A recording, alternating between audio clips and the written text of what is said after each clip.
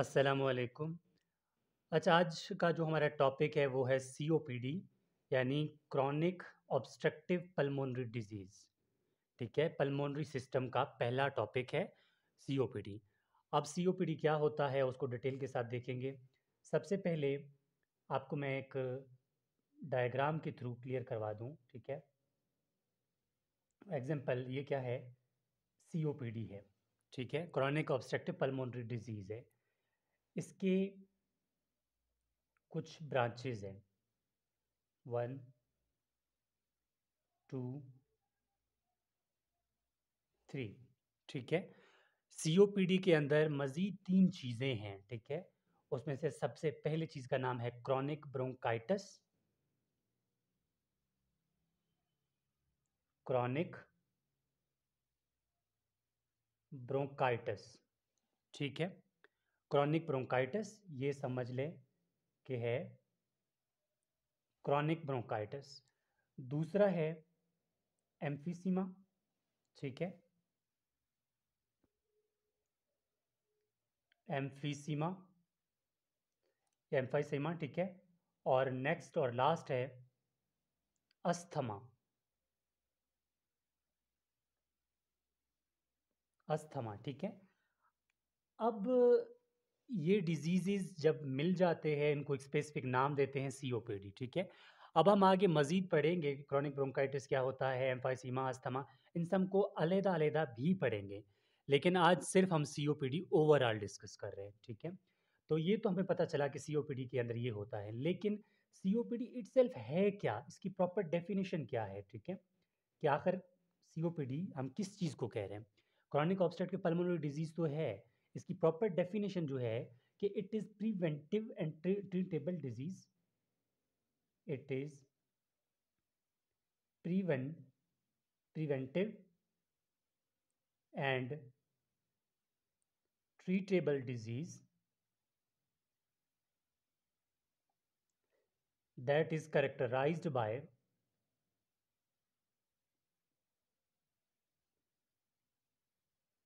that is characterized by air persistent airflow limitation. Persistent airflow limitation, यानी कि ऐसा preventive भी है, ट्रीटेबल भी है। ये ऐसा कंडीशन है जिसमें मुसलसल एयर फ्लो की लिमिटेशन हो रही है। ठीक है, जो इरिटेशन एयर फ्लो की लिमिटेशन हो रही है वो मजीद किस चीज़ की वजह से है, क्रॉनिक इन मतलब ये that is associated by, that is associated with. ठीक है, अब क्लियर हो जाएगा, क्रॉनिक इन्फ्लेमेटरी रिस्पॉन्स।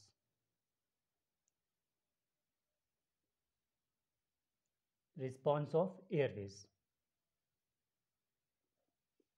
ठीक है, यानी कि ऐसा कंडीशन है जिसमें एयर फ्लोज की लिमिटेशन हो जाती है, उसी की वजह से क्या होता है, जो एयरवेज होते हैं उनकी क्रॉनिक यानी कि इन्फ्लेमेशन हो जाती है। ठीक है, इन्फ्लेमेटरी रिस्पॉन्स एक्टिवेट करते हैं कि एक तरह का इन्फ्लेमेशन हो जाता है। ये तो हो गया इसकी डेफिनेशन। अब हम पढ़ेंगे इसके डेफिनेशन के बाद इसकी रिस्क फैक्टर्स। ठीक है, या फिर इसकी काजेज, रिस्क फैक्टर्स या फिर इसके काजेज। रिस्क फैक्टर में सबसे पहला जो है ना, 90% ये होता है स्मोकिंग की वजह से। 90% स्मोकिंग की वजह से। और दूसरा जो है वो ये हो सकता है अल्फा 1 ट्रिप्सिन की डेफिशिएंसी। ट्रिप्सिन डेफिशिएंसी, ये एक ऐसा प्रोटीन है जो कि ऐसा प्रोटीन है, ठीक है, जो कि लिवर बनाता है ताकि लंग्स प्रिवेंट हों कोई भी डैमेजिंग से। ठीक है, यानी कोई भी disease, smoking, dust particle what ever जो लंग्स को डैमेज कर रहा है वो इसकी वजह से क्या है, प्रिवेंट होगा। तो इस कंडीशन में ये इसी की ही डेफिशिएंसी होगी। ठीक है, नेक्स्ट काज हो सकता है इसका एनवायरमेंटल फैक्टर्स।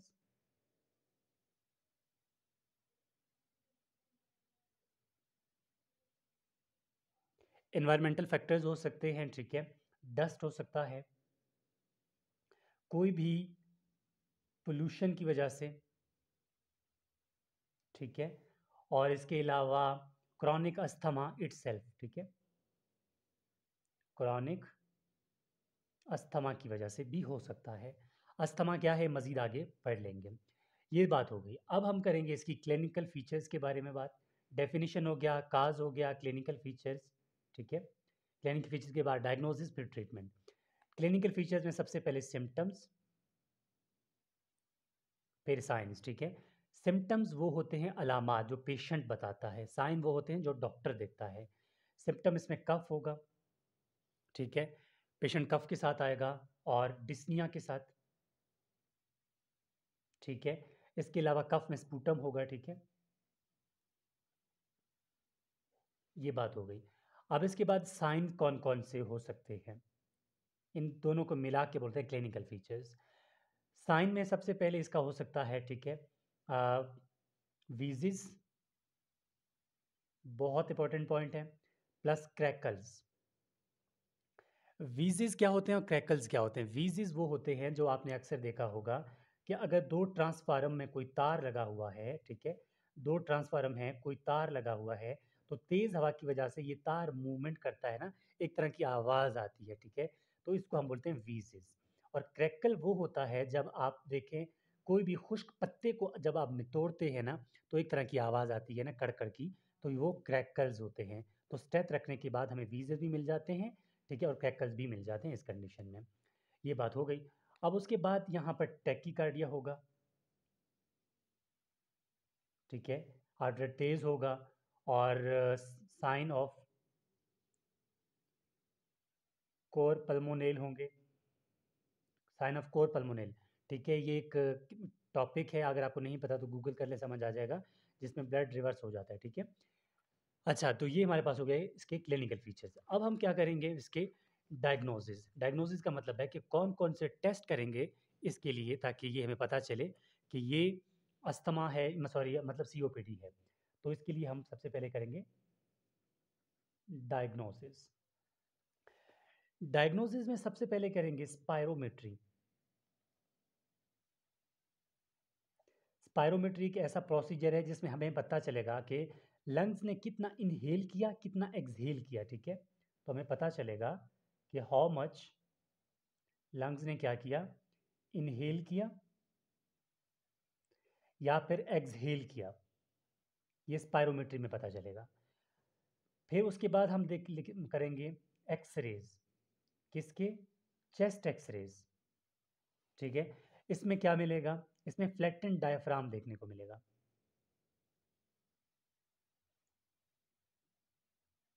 ठीक है, फ्लैटेंड डायफ्राम। नेक्स्ट हम इसमें करेंगे अल्फा वन ट्रिप्सन की measurement, alpha one trypsin level check करेंगे, ठीक है। और लास्ट में आर्ट्रियल ब्लड गैस, एबीजीज, ये करवाएंगे, ठीक हो गया। फाइनली उसके बाद आती है इसकी ट्रीटमेंट, सीओपीडी की ट्रीटमेंट, कि सीओपीडी क्या मतलब, इसकी ट्रीटमेंट क्या है। सबसे पहले तो स्टॉप करवाएंगे स्मोकिंग, जो मेन काज है, स्टॉप स्मोकिंग, ठीक है। और फिजिकल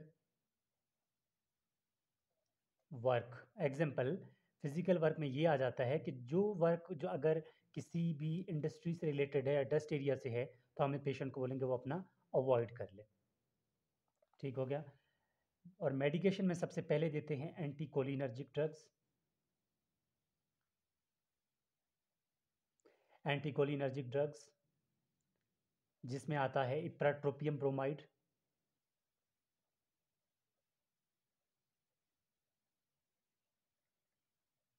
ठीक है, ipratropium bromide number one. Second हम देते हैं beta agonist, beta two agonist, ठीक हो गया। और इसमें अल्ब्यूटारोल आता है, अल्ब्यूटारोल। थर्ड इसमें हम देंगे इनहेल्ड कॉर्टिकोस्टेरॉइड्स, इनहेल्ड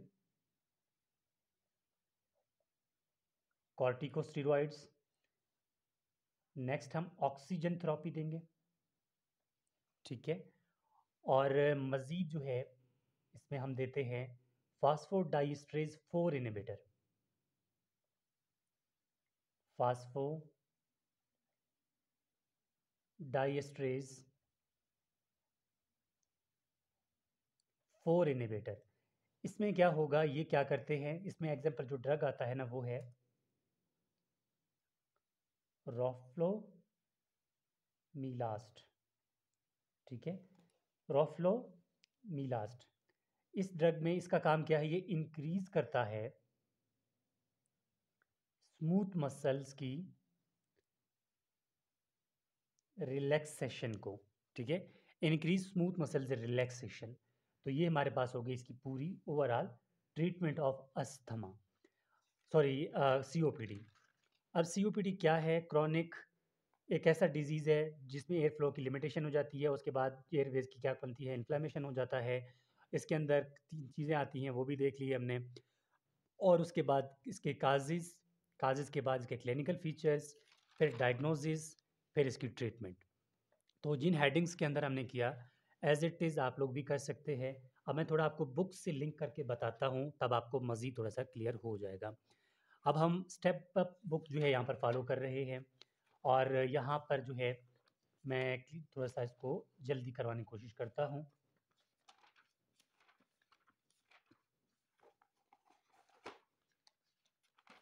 ये आ गया सीओपीडी, कहाँ चला गया, देखिए ये हमारे पास सीओपीडी है, ठीक है, जिसमें हमने डेफिनेशन एज इट इज़ आपको बता दिया, ठीक है, कि एयर फ्लो की लिमिटेशन हो जाती है जिसकी वजह से जो है इन्फ्लेमेशन हो जाता है एयरवेज की। फिर हमने काजेज़ देख लिए, यानी कि तंबाकू मोस्ट इनफेक्ट मोस्टली स्मोकिंग है, anti trypsin deficiency, environmental factors वो आ गए, ठीक है। फिर उसके बाद हमने क्लिनिकल फीचर्स देख लिए जिसमें कफ, स्पूटम, डिस्निया वगैरह है। फिर हमने देखा इसके जो है वीज़ेज़ हैं और क्रैकल्स मिल जाते हैं, हमने कहा कि इसमें टैकीकार्डिया साइनोसिस हो जाता है और साइन ऑफ कोर पल्मोनल मिल जाता है। इसके बाद हमने इसके डायग्नोसिस किए थे जिसमें स्पायरोमेट्री है और चेस्ट एक्सरेज हैं, अल्फा एंट्रिप्सिन डेफिशिएंसी और एबीजीज हैं, ठीक है। फिर इसकी फाइनली हमने ट्रीटमेंट बताई है जिसमें एंटीकोलिनर्जिक हो गया, बीटा एगोनिस्ट हो गया, इनहेल्ड कोर्टिकोस्टेरॉइड, ऑक्सीजन वगैरह, ठीक है। जिसमें ओवरऑल आपको स्टेप अप में भी आप देख सकते हैं या कोई भी किताब आप पढ़ रहे हैं उस पर मिल जाएगा। एक चीज़ और है वो मैं लास्ट में एक सेपरेट वीडियो में करवाऊंगा, कॉम्प्लिकेशंस ऑफ सीओपीडी, ठीक है। तो उसको इंशाल्लाह हम नेक्स्ट वीडियो में एक प्रॉपर उसमें करेंगे, what are the complications of COPD. तो यहाँ तक कोई भी कन्फ्यूजन हो आप लोग कमेंट बॉक्स में या फिर व्हाट्सएप के थ्रू मुझसे कांटेक्ट कर सकते हैं। व्हाट्सएप का नंबर ये मैं आपको शो कर रहा हूँ, तो किसी भी कन्फ्यूजन के लिए आप लोग कांटेक्ट व्हाट्सएप के थ्रू कर सकते हैं। प्लीज़ चैनल को सब्सक्राइब करें और आगे शेयर कर दें। बहुत शुक्रिया। ये नोट्स भी अगर आप में से किसी को चाहिए तो ये नोट्स भी आपको मिल जाएंगे।